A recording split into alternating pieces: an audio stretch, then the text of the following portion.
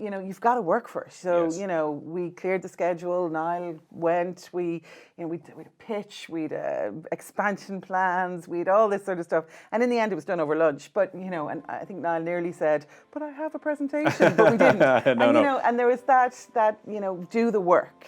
Yes. Work hard and work. Make sure you're ready to grab it with both hands. The Architects of Business on JOE, in partnership with the EY Entrepreneur of the Year programme, telling the inspirational stories behind Ireland's most successful entrepreneurs. Hello and welcome back to the Architects of Business on JOE, made in partnership with EY Entrepreneur of the Year, where we hear the inspirational stories behind some of Ireland's most successful entrepreneurs. I'm Patrick Haughey, filling in for Sonia Lennon, and in this episode we talk to Gillian Maxwell and Niall Stringer, the power couple behind the Irish branch of the popular retail store Tiger.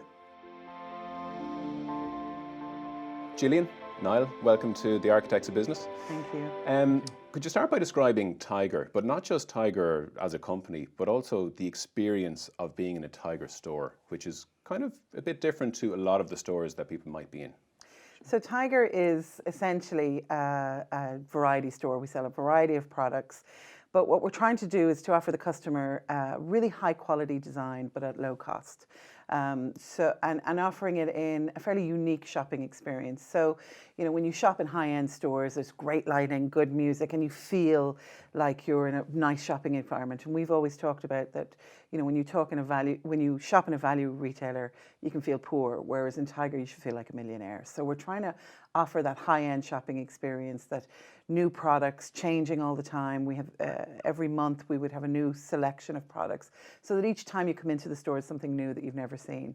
And then a variety of products that are quirky, different, a little bit irreverent, and something that hopefully a customer will have never seen before and now can't live without.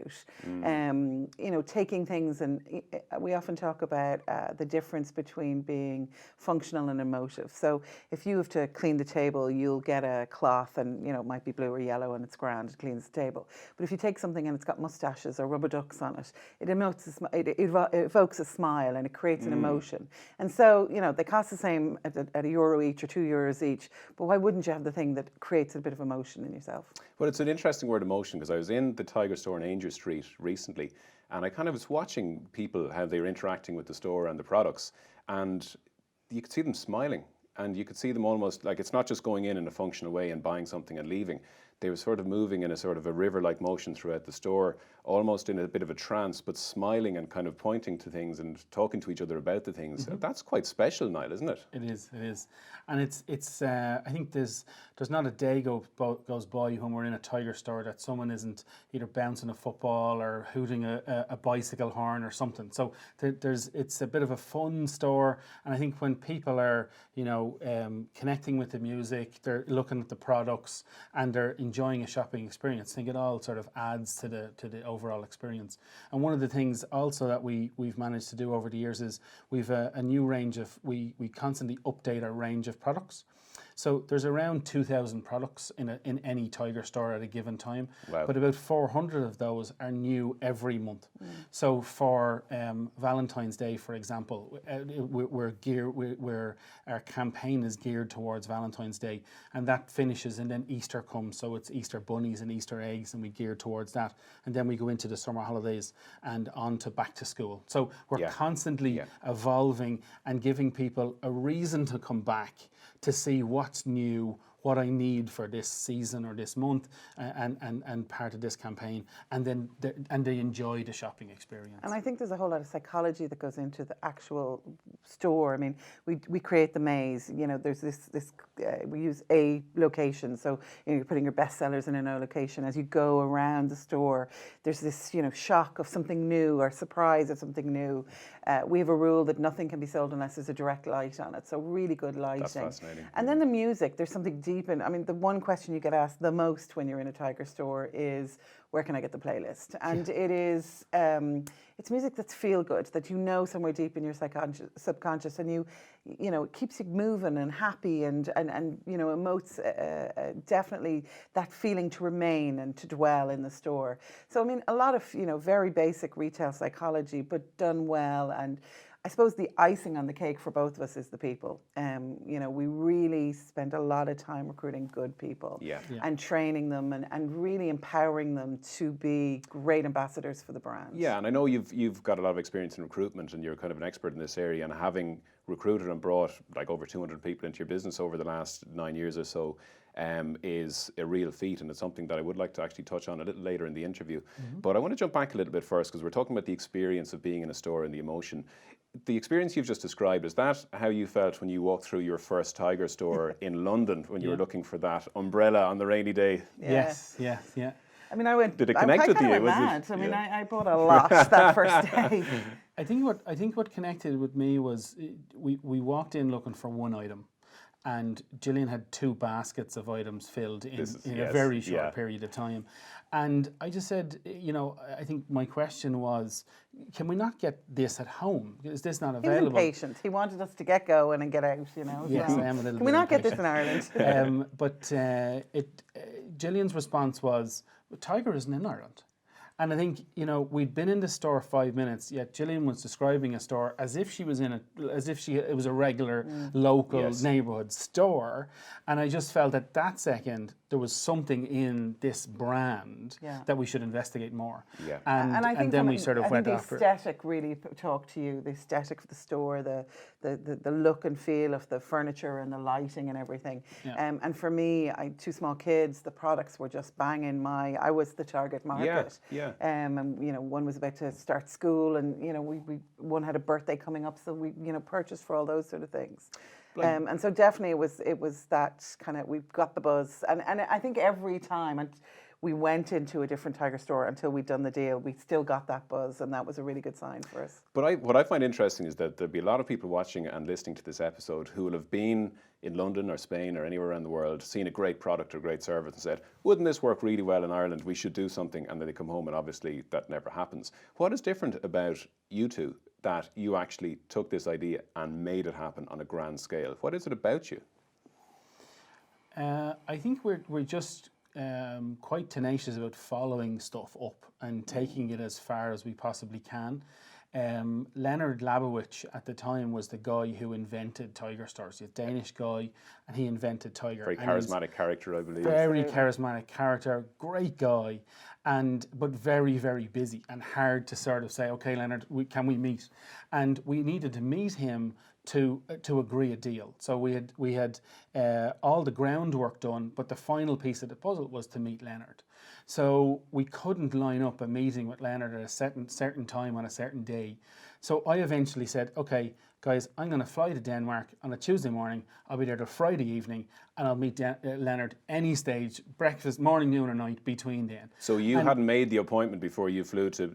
You're going to be there. The team knew I was going to be there. And they were interested in us meeting him. They were interested in us meeting him, and it was the last piece of the puzzle. You made it easy for him, basically. But I made it easy for him. Yeah. We had lunch, and we did a deal over lunch, and he said, welcome to Tiger. Wow. So it was the type of thing that, there's opportunities come and go, and it depends how far you can take them. Yeah. And it's really to sort of follow it up.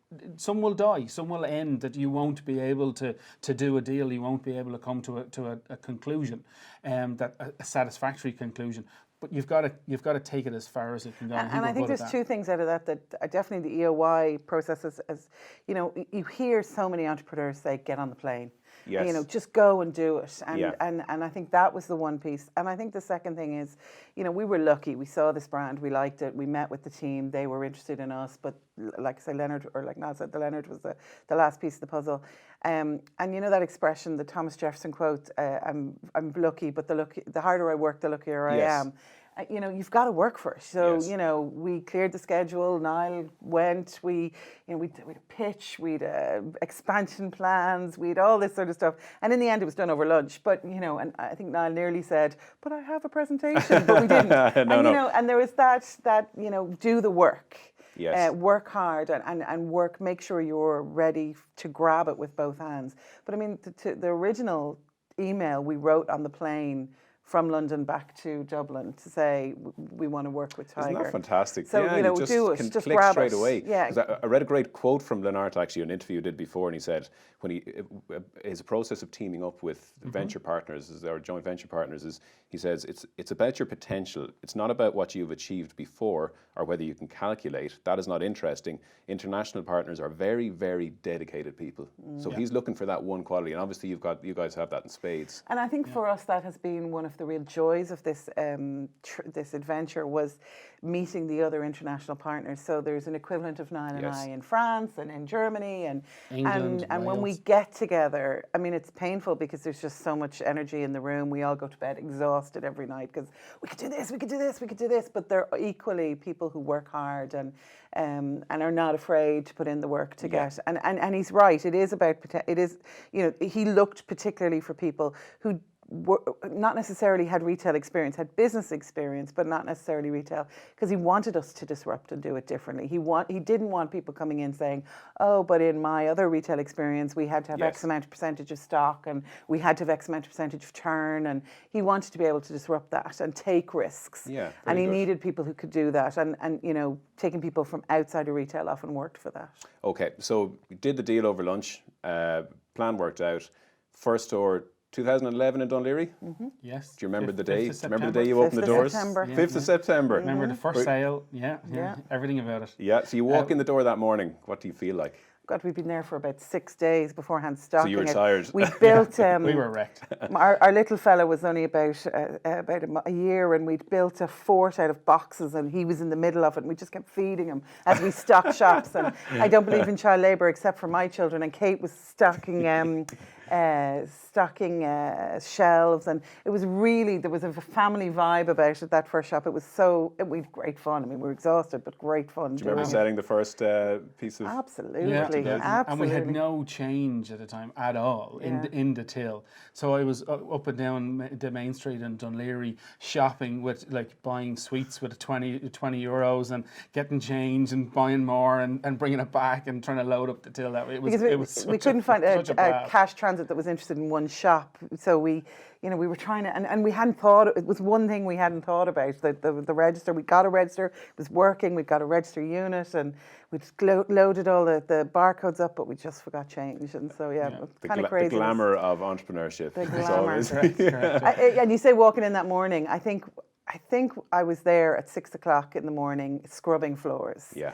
I think it was 6, or it may have been the night before, but every time we opened a shop, we were hands-on. Niall was hanging shelves and I was cleaning toilets, because if people see you doing that, then, everybody pulls in. Everybody realises, well, okay, we're all responsible for this shop. But you're also getting to know your customers and your market, and that's something else Lennart said, is you got to know the water that the fish are swimming in. Absolutely. And to be in that position, you get to learn your customers, what they want, what they don't want. And watching them dwell and watching them shop and watching them interact with the products. And so the next time you're buying that product, you can say, I don't know. And I mean, the thing that always interests me is what sells in one shop doesn't sell in another shop. Oh, really? So it comes down to that. I know geographically, we'll talk about your move to the USA at a certain point a little later, but does it come down to what is popular in Limerick may not be so popular in Dunleary? What's popular in Dunleary isn't popular in Donaghmede. Isn't that very interesting? I mean, it's to do with and house sizes. City centre stores versus suburban stores. Yeah, absolutely. People want different things, and there's definitely a category mix that you can focus on in city centre versus a suburban store. And so obviously at a certain point you're trading for a while and you realise that we've got something going here. There's something happening here. Yep. At what point did you decide we need to scale this and we need to scale it as fast as we can? Pretty quickly. Yeah, I think it was always our intention to get to. We had a figure of 10 stores, and we were thinking, okay, if we can get to 10 stores, that's it. We've then scaled it. We're happy. But in reality, then when you start going around Dublin, and once we started, we're getting calls from Galway, calls from Limerick. Can you come to Limerick? Can you come to Galway? We want a franchise. Social media is great for that as well. How do we expand that? And then you sort of the market starts to open up even more for you, and so that the scale came after that. I was involved in construction. I was a building contractor before Tiger started, still am. So from that point of view, we were able to, once we found the locations and leased the space, we were able to get in and fit out the stores as economically as we possibly could. And it's in a really short time frame. You know, we could open a store quickly. And, you know, I suppose that whole fail fast, we opened stores and tried. We were able to try things on, you know, and see did it work and did it not work. And were you actually opening the store were you getting partners in Galway and Limerick, etc.? No. These were your... No, these so this were, was, we rolled out a network ourselves, but it's funny once you open one store, how word gets out so quickly and people calling you from other parts of the country. Demand, yeah. And we're like, yeah, we should really go to Galway, shouldn't we? You know, so the demand was then there. But I think at the time, 2011, 2012, as you know yourself, the market was for retail was quite depressed. There was a lot of vacancy, and I think what we offered was for a shopping centre owner, we weren't another shoe shop. We weren't another ladies' clothes shop. We weren't another men's clothes shop. So we weren't directly in competition with their existing customers and their existing clients. You will bring people in, and then we're bringing a point of difference, and we bring people in. So then they wanted us. And from there, really sort of, we said, okay, this can really start to move now. A shopping centre once, owner said to me, or manager said to me once, you know, you're great. You're perfect for the daddy and the kids. Mommy can shop in the clothes. I mean, very stereotypical, but you know that we were offering something else into the mall or into the shopping centre than another fast fashion. So along with such scale comes finding properties, negotiating leases, onboarding staff, dealing with mountains of paperwork and taxes and all that kind of stuff. Did this come naturally to you? It did to a degree, yeah. I had experience in construction. I had experience in contract management. I had experience in leases and in lease negotiation. And Gillian had the experience in the HR and the sort of operations piece. So I think after the fourth store, you came in full time into the business, and we really we were in a really good position then to drive on. To ramp it. But as Gillian mentioned earlier, we got some of the best people we could ever imagine getting. Our first store manager was fantastic. He then became the trainer for the new store managers. He then became the district manager. You know, it was just growth from within, and he was solid gold. Albert was his name. And then Brian came in, and Brian helped us out with he was a store manager, but he was really good with IT. And then so he then took on IT and ran with the IT piece, and that grew from the IT. So the people slotted into the place almost by... And we were just so lucky, and they were just really... well, I think so my approach around recruitment, I'd worked in Trinity, and so I was well used to recruiting people who were way more intelligent than I was. And I'm a big believer that when you recruit somebody who's a 40 watt or a 60 watt or an 80 watt, it makes you look better. You know, so if you recruit somebody who's brighter than you, it makes you look better. And I think the one, you know, without sounding arrogant, we've very little ego. And so if someone's better than me at operations, I'm more than happy to say, you know what, you go and run with that, or it's at something, whatever it is. And so we recruited just amazing people that are smarter than us in many things, maybe not the whole picture, and we just let them run with it, and they did, and generally they were young in their career or young to retail, maybe they'd done something else beforehand, and were happy to, you know, to be given this opportunity to kind of go and run with things. And so it just meant that they, you know, I think if you talk to them, they would probably feel they own Tiger as much as we did. Yeah, well, that's key. And as well, just before we take a break, you've mentioned before, I think it maybe on your LinkedIn profile, you say it's all about the people, both customers and colleagues.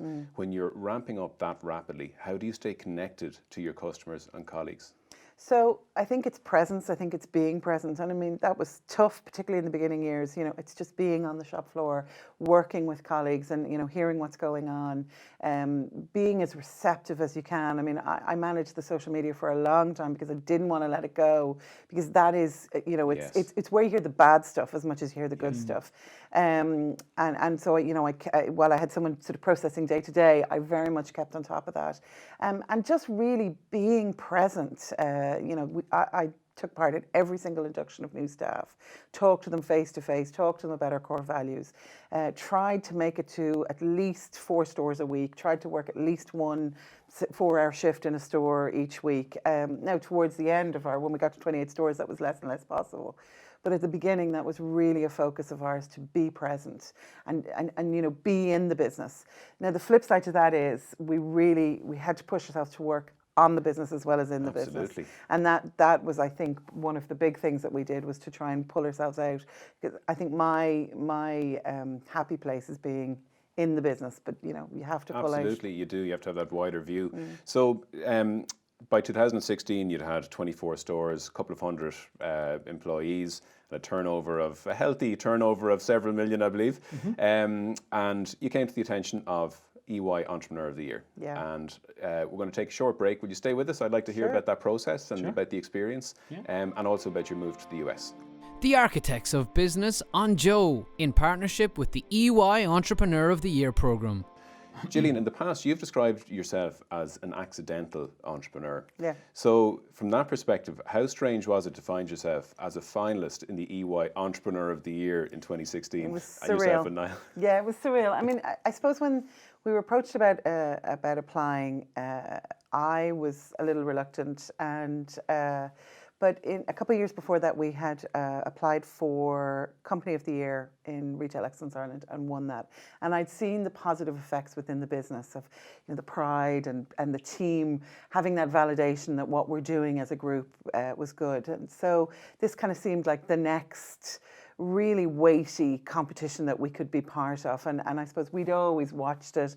My father's an entrepreneur, so it was always something. It was part of the year that you watched Entrepreneur of the Year as a couple. We'd always watched it, so we kind of thought, look, nothing ventured, nothing gained. And I'll absolutely remember the first day they bring you in, and you're with, it's like the first day of school, but like no school you've ever been to. And you're sitting with everybody, and so what do you do? And oh my God, you're that company? Oh my God, and I'm sitting beside you. And definitely from being in part of the emerging category, you're among people that you read about in the newspaper or hear about in the business news.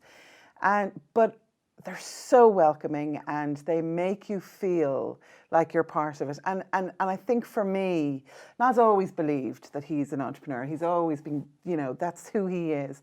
Whereas for me, it was a validation of, oh, okay, yeah, we have done something amazing.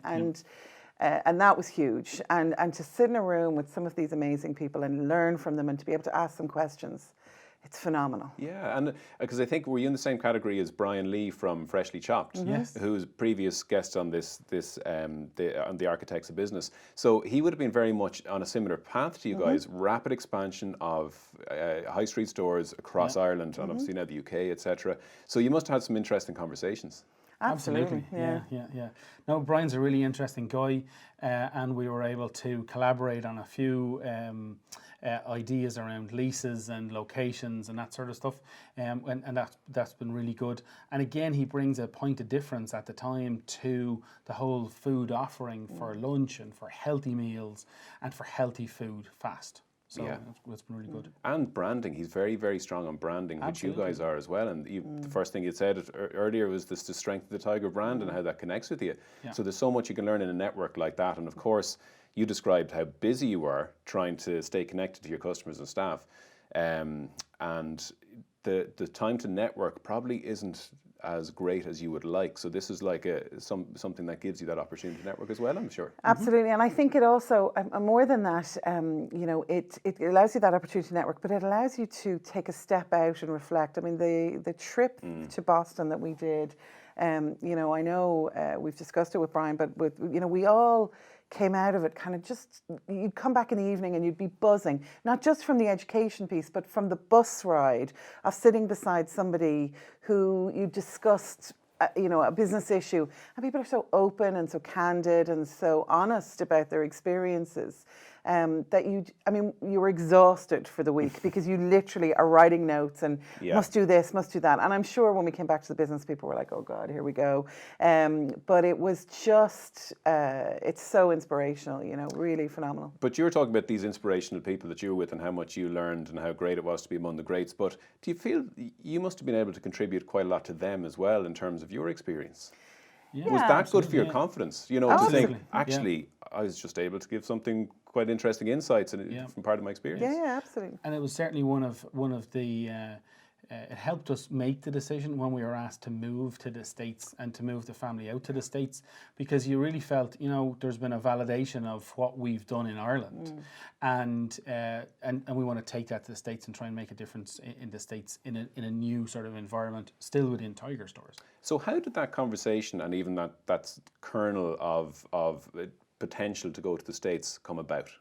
Because you were flying high at this point. Yeah, initially, back in 2016, I'd been to the States a couple of times from a construction management point of view and construction costs point of view. So Tiger had started in 2015, and it was really expensive for them to fit out stores in America.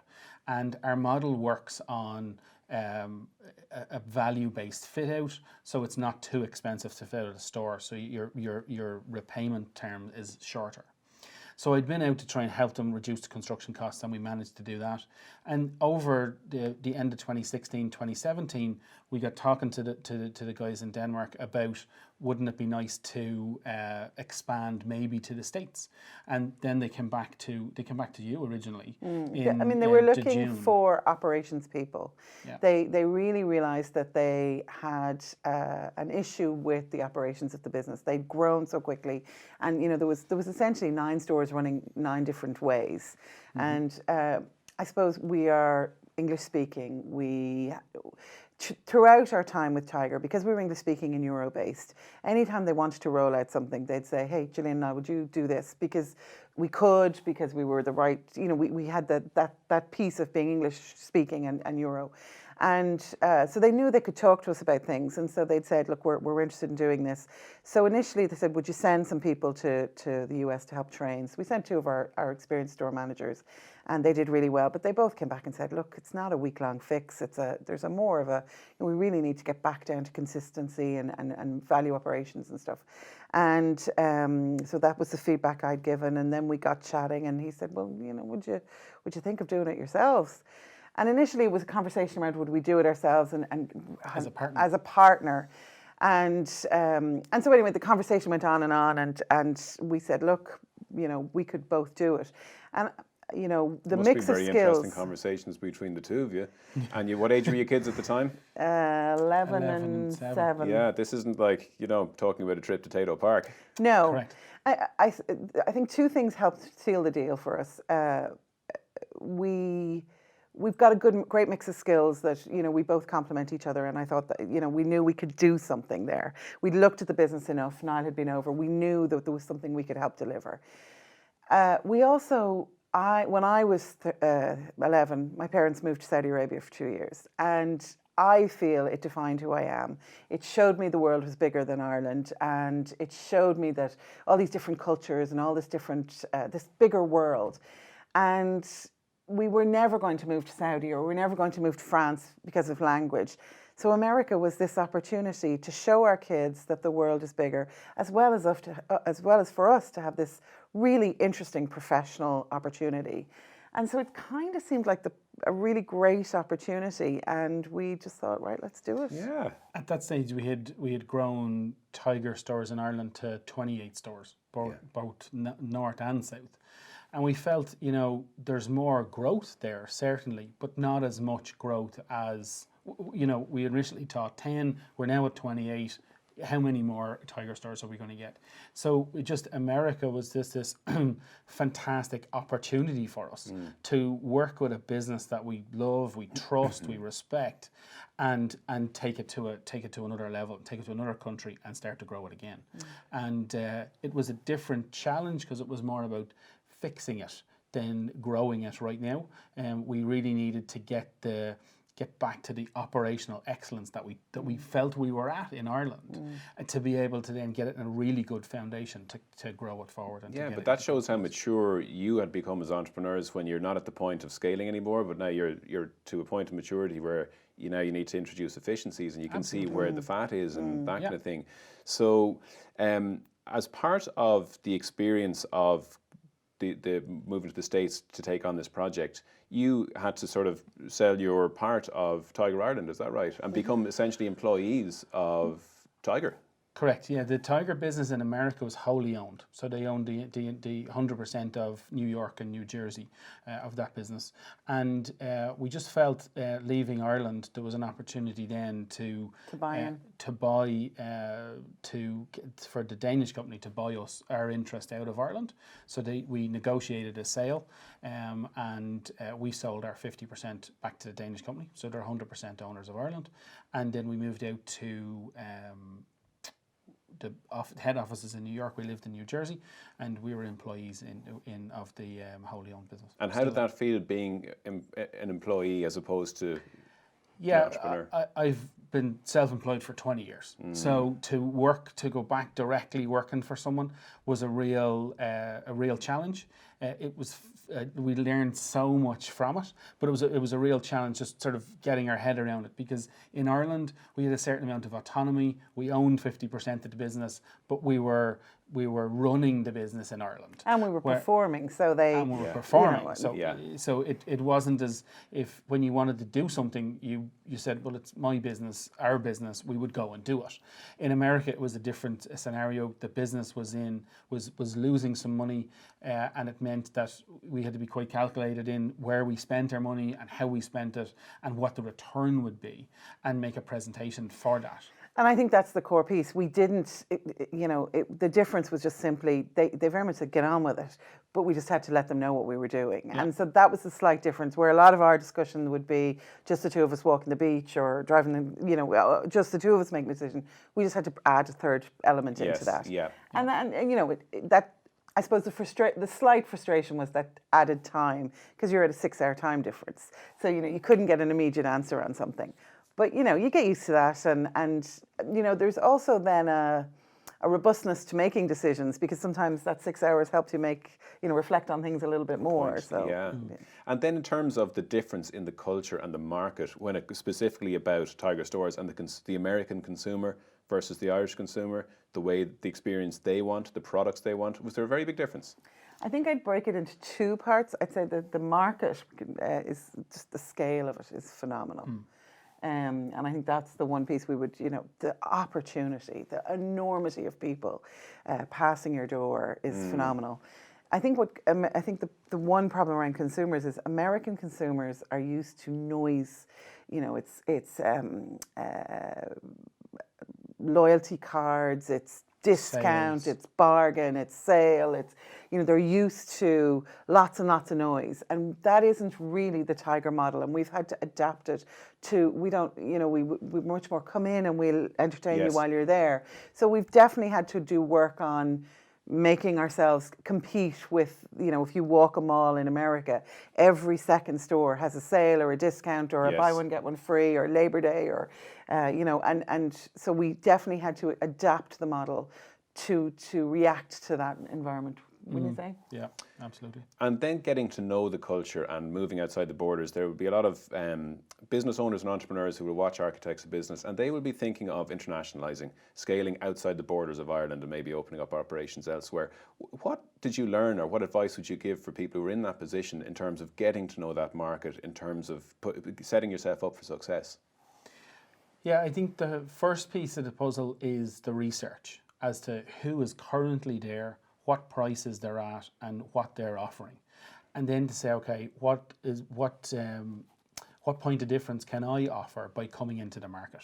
Because as Gillian said, the market's noisy, but it's also really crowded. There's a lot of retail in America, and if you lay on Amazon on top of that, it adds another complexity to it. So I'd say yes, as Gillian mentioned, there's huge opportunity. So if you take the States, for example, or if you take international expansion, even in Europe, there's huge opportunity. But I'd say the research piece is the main piece of the puzzle at the start, just to know your market, know your business, and then from there, then you can make steps to say, okay, am I going to trade in a different currency, in dollars, in pounds? Am I going to stay in euros? So you can work those other issues out once you figure out the need and the demand in the market you're going into. I think the other thing we've totally discovered is the network of Irish people, and it's New York is phenomenal for it, but anywhere in the world, there are Irish people willing you along and willing to talk and willing to engage. And, I suppose I would have been a little reluctant to tap into that environment initially because I kind of thought, we're there. But you just can't not, they're everywhere and are so willing for another Irish person to succeed. That network is phenomenal to tap in. I mean, the alumni network for starters, but then just a general larger Irish market. I mean, we had this issue with HVAC in one of the stores, and I was walking down the street and got talking to a guy in a HVAC van who turned out he was from Tala, and next thing his boss was there, and they were doing us a great deal. It is. There's a mafia, but it's a good thing. Use it. Yeah. And then just while we're speaking about kind of what you've learned and advice that you'd have, this sort of joint venture partnership / franchise model is again something that is extremely sort of common and successful, I suppose you could say.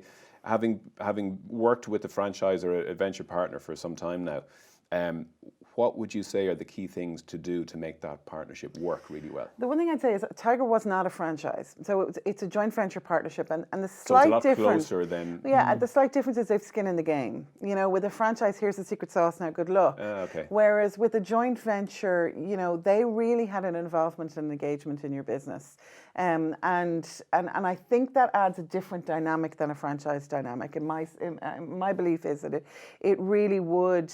It keeps them closer, keeps them more involved, keeps them more engaged, and it worked really well for us. And I think the piece around that is just keep talking. It's like any partnership. If you go into business with any partner, it's about that regular communication, both informal and formal. I mean, one of the great things that Niall and I got very much rolled out from day one was board meetings. So we had board meetings in Denmark, but then we also, because of the dynamic of being husband and wife, there was a fear. Well, there was a fear we'd kill each other if we started working together, but we got over that quickly. Yeah.